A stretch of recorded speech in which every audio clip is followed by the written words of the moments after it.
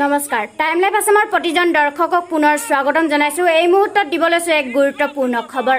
ডিগবৈ চহৰৰ মাজমজিয়াত আজি তিনিচুকীয়া জিলাৰ ছাত্ৰ মুক্তি সংগ্ৰাম সমিতিয়ে প্ৰতিবাদ সাব্যস্ত কৰে।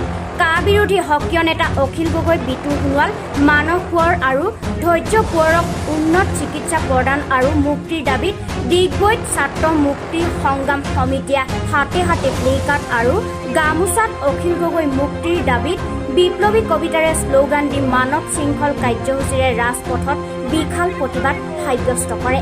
কৃষক নেতা অখিল গগৈৰ লগতে বিতু সোণোৱালক শৰীৰ অধিক অসুস্থ হৈ পৰাত অতি শীঘ্ৰেই তেওঁলোকক উন্নত চিকিৎসা প্ৰদান নকৰিলে কৰোনা মহামাৰীৰ সময়ত আৰু অধিক ভয়ংকৰ আন্দোলনৰ হুংকাৰ প্ৰদান কৰিছে সংগঠনটোৱে।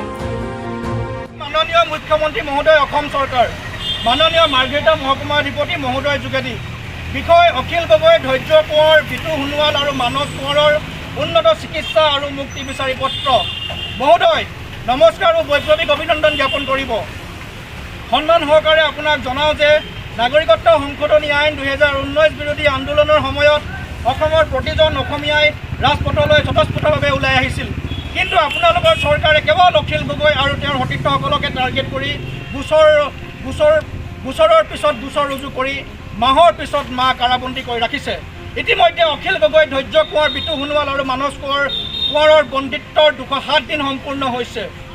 বন্দিত্বৰ এই সময়ছোৱাত অখিল গগৈ কেইবাবাৰো শাৰীৰিকভাৱে অসুস্থ হৈছে। বিকট পাথৰ ধৰা পৰিছে, কঁকাল বিষ, বাইছ ইত্যাদি বিভিন্ন ৰোগত আক্ৰান্ত হৈছে। কিন্তু তেওঁক আজিলৈকে উন্নত চিকিৎসা প্ৰদান কৰা নাই। শেহতীয়াকৈ বাতৰি পোৱা অনুসৰি অখিল গগৈ আৰু বিতু সোণোৱালৰ গাত কৰোনাৰ উপদ্ৰৱ দেখা দিছে। কৰোনাৰ এই অতিমাৰীৰ সময়ত উচ্চতম ন্যায়ালয়ে বিচাৰাধীন হাজোতীসকলক মুকলি কৰিবলৈ নিৰ্দেশ দিছিল আৰু কিছুদিনৰ পূৰ্বে ৰাষ্ট্ৰসংঘৰ মানৱ অধিকাৰ আয়োগেও অখিল গগৈও সকলো কা বিৰোধী নেতাক মুক্তি দিবলৈ ভাৰত চৰকাৰলৈ আহ্বান জনাইছিল। কিন্তু চৰকাৰে অতি আক্ৰোশমূলকভাৱে অখিল গগৈ, ধৈৰ্য কোঁৱৰ, বিতু সোণোৱাল আৰু মানৱ কোঁৱৰক মুক্তি দিয়া নাই। ইফালে গুৱাহাটী কেন্দ্ৰীয় কাৰাগাৰত এতিয়ালৈকে 2জন কৰোনা আক্ৰান্ত পোৱা গৈছে। গতিকে এনে অতিমাৰীৰ সময়ত অখিল গগৈ আৰু বিতু সোণোৱালৰ শাৰীৰিক অসুস্থতাৰ বাবে আমি যথেষ্ট চিন্তিত হৈছোঁ। সেইবাবে তেওঁলোকক উন্নত চিকিৎসা প্ৰদান কৰিবলৈ মহোদয়ৰ ওচৰত আহ্বান জনাইছোঁ আৰু অতি সোনকালে অখিল গগৈ, ধৈৰ্য কোঁৱৰ, বিতু সোণোৱাল আৰু মানৱ কোঁৱৰক মুক্তি দিবলৈ দাবী জনালোঁ।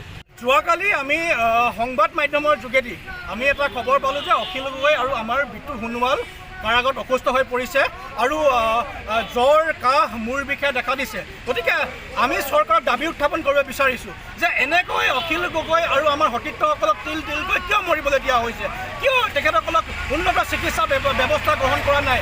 আজি আমি খবৰ পাইছোঁ যে তেখেতসকলক উন্নত চিকিৎসা দূৰৰে কথা প্ৰাথমিক চিকিৎসা আৰম্ভ কৰা নাই।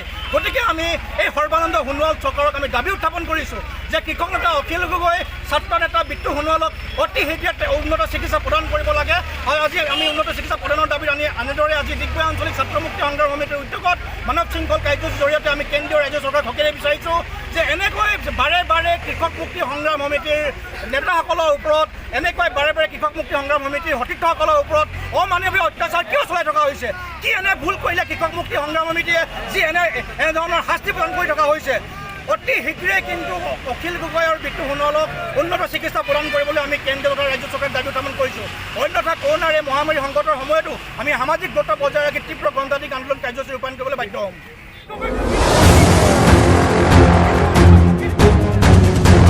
News desk, Time Live Assam.